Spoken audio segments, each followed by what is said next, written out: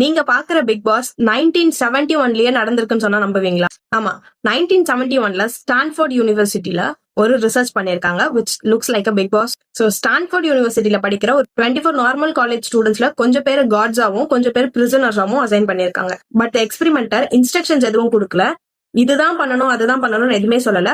Just நீங்க God's, நீங்க prisoners சொல்லிருக்காங்க. வித்தின் 36 hours பிரிசனர்ஸ் எல்லாமே ரொம்ப இமோஷனலி பிரேக் டவுன், ஸ்ட்ரெஸ் ஆகுறது, அழுகுறது, இந்த மாதிரியான பிஹேவியர்ஸ் வெளிப்படுத்திருக்காங்க.